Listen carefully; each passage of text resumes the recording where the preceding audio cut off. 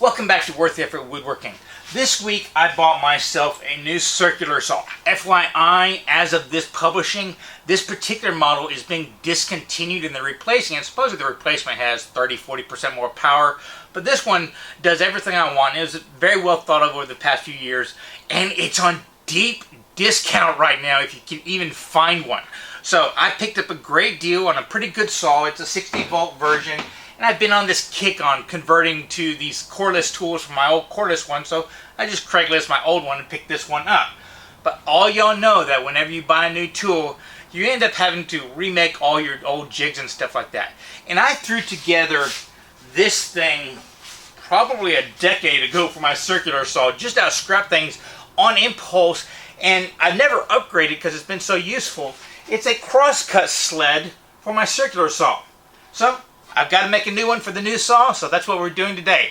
A down and dirty, quick way to make really accurate cuts, but more importantly, in a furniture making shop or a woodworking shop like mine, it allows you to line up your cuts super fast.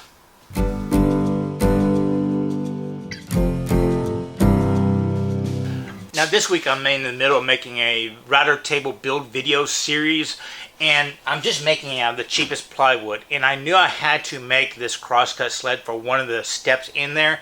So out of the plywood I had, I'd cut off one long sheet. It's, what is it right now, 14 inches, but that's not really critical for what we're doing. It's just big enough.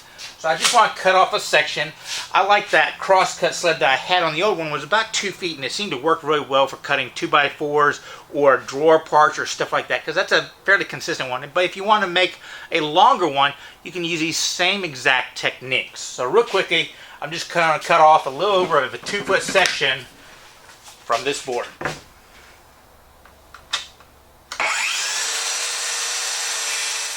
Now the factory edges of most plywood is going to be fairly straight. It might not be plumb, and the whole sheet itself might not be square, but the edges come out fairly straight. And we're going to take advantage of that. I'm going to use the factory edge of that long thing as a reference against my fence, and we're going to cut it down to about 1 4-inch strip. And that strip is going to be perfectly parallel, because this is the edge we're working off of.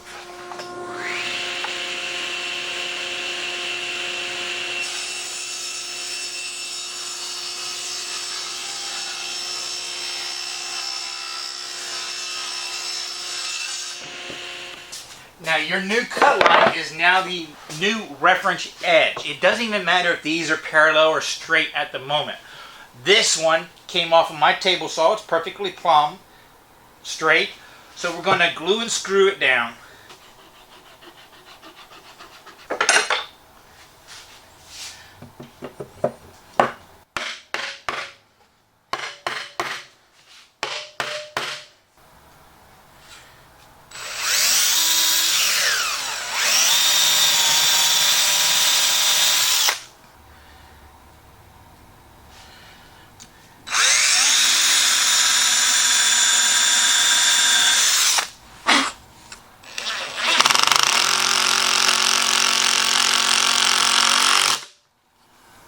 Now the screws are there simply because I'm too lazy to wait for the glue to dry. So once they're in, you can take off the clamps and then true up the edge, which is as easy as simply clamping it to your bench,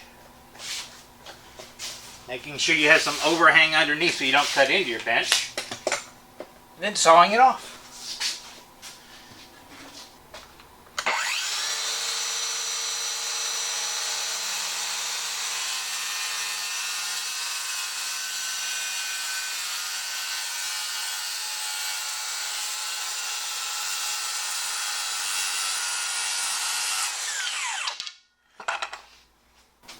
Now one key thing you need to consider is making sure you go ahead and take the time to set your blade and your platform to 90 degrees. They don't come that way. In fact, they can go actually past 90 degrees. I do know mine has a little stop right here and a screw up underneath so that I can lock it in so it will always register at 90 degrees, but I had to set that from the factory first. Now just because I can, I am going to clean mine up on my table saw, just this other edge, but it's really unnecessary now. This is a working crosscut sled for you.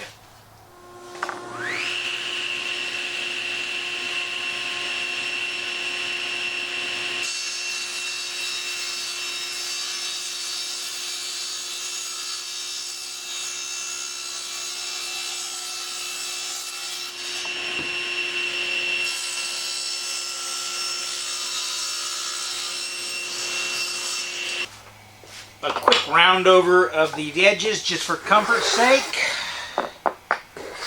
and I am done.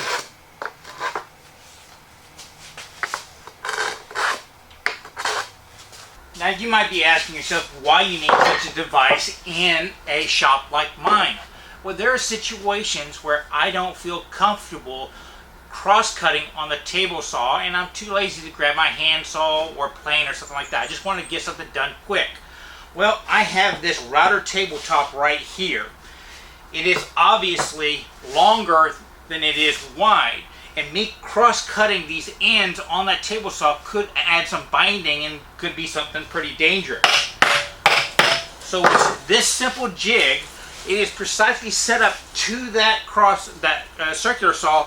I can actually put it right on my knife line.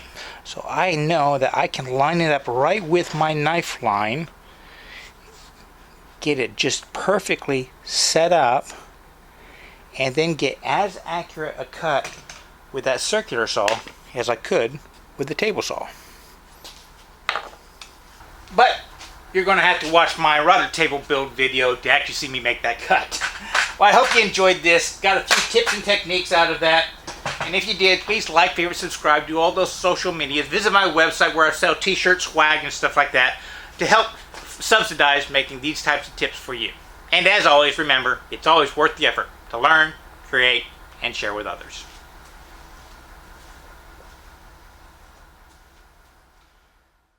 Oh, and for today's tip, if you're really into hand tool woodworking, you gotta check out this. It's a foreign language channel, but it's Grandpa Amu. I just found it about 6 months ago, and they have about over 200 videos, and it looks like it's a granddaughter filming her grandfather using all the stuff that he learned as a kid, all the traditional hand tool joinery and stuff like that. I'm just finding it fascinating just watching these short, kind of family-friendly videos.